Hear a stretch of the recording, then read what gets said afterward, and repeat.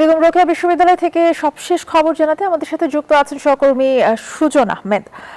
সুজন, একটু জানাবেন, আমরা যেমনটি জানি যে 144 ধারা জারি করা হয়েছে বেগম রোকেয়া বিশ্ববিদ্যালয়ের প্রশাসনের পক্ষ থেকে এবং বিকেলে কিন্তু একটা বিক্ষোভ সমাবেশের কথাও কিন্তু রয়েছে। কি অবস্থা দেখছেন সেখানে? ধন্যবাদ অর্থী, আপনি যেমনটা বলছিলেন আমি দাঁড়িয়ে আছি বেগম রোকেয়া বিশ্ববিদ্যালয়ের একদম মূল ফটকে। আপনাদেরকে যদি জানিয়ে রাখি, গতকাল রাতেই কিন্তু এই ঘটনার সূত্রপাত, একটি ব্যানার নিয়ে সূত্রপাত ঘটা শুরু করলেই আপনি যেটা বলছিলেন যে ছাত্রদলে বিক্ষোভ ডাক দিয়েছে রংপুর মহানগর ছাত্রদল, যে এই বিক্ষোভের ডাক দিয়েছেন তারা কিন্তু ইতিমধ্যে এই জায়গায় এসে পৌঁছেছেন। তারা কিন্তু ধীরে ধীরে জড়ো হচ্ছেন তারা কিন্তু বিক্ষোভ করার জন্য। অন্যদিকে আরেকটি বিষয় যেতে বলি, জাতীয় বাংলাদেশ ছাত্র শিবির কিন্তু শাপলা থেকে এবং লালবাগ পর্যন্ত তারা কিন্তু ওদিকে বিক্ষোভ মিছিল তারা করবেন।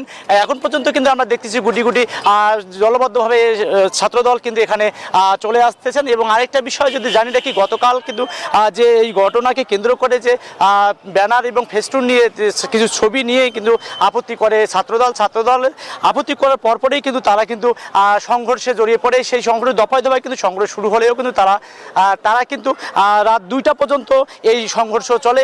তারপর কিন্তু রাতে 2টার পর শান্ত হয় এবং তার পরবর্তীতে ছাত্রদল এবং ছাত্র শিবির পরপর কিন্তু পাল্টাপাল্টি সমাবেশ ডাকে বিকাল 4টায় এবং বিকাল 5টায়। ছাত্রদল হচ্ছে বিকাল 4টায়, রংপুর জেলা মহানগর ছাত্রদল বিকাল 4টায় বিক্ষোভ করবে ক্যাম্পাসের সামনেই, একদম যে মূল ফটক রয়েছে সেই ফটকেই তারা কিন্তু দাঁড়িয়ে রয়েছেন। আর ছাত্র শিবির করবেন শাপলা থেকে এবং লালবাগ পর্যন্ত, তারা কিন্তু সেখানে 5টায় থেকে বিক্ষোভ করবেন বলে আমরা জানতে পেরেছি। আরেকটি বিষয় যদি জানি রাখি, বিশ্ববিদ্যালয় প্রশাসন বলছেন তারা কিন্তু এই ছাত্রদের যে এই কর্মসূচি তারা কিন্তু স্বয়ং উপস্থিত থাকবে বলে তারা জানিয়েছেন, যেন কোনো অপ্রীতিকর ঘটনা ঘটে এই জন্য 5 সদস্য বিশিষ্ট কমিটি করে তারা। এই ছিল রংপুর বেগম রোকেয়া বিশ্ববিদ্যালয় থেকে সর্বশেষ তথ্য। ফিরে যাচ্ছি স্টুডিওতে। ধন্যবাদ আপনাকে। বেগম রোকেয়া বিশ্ববিদ্যালয় থেকে সবশেষ খবর জানাচ্ছিলেন সহকর্মী সুজন আহমেদ।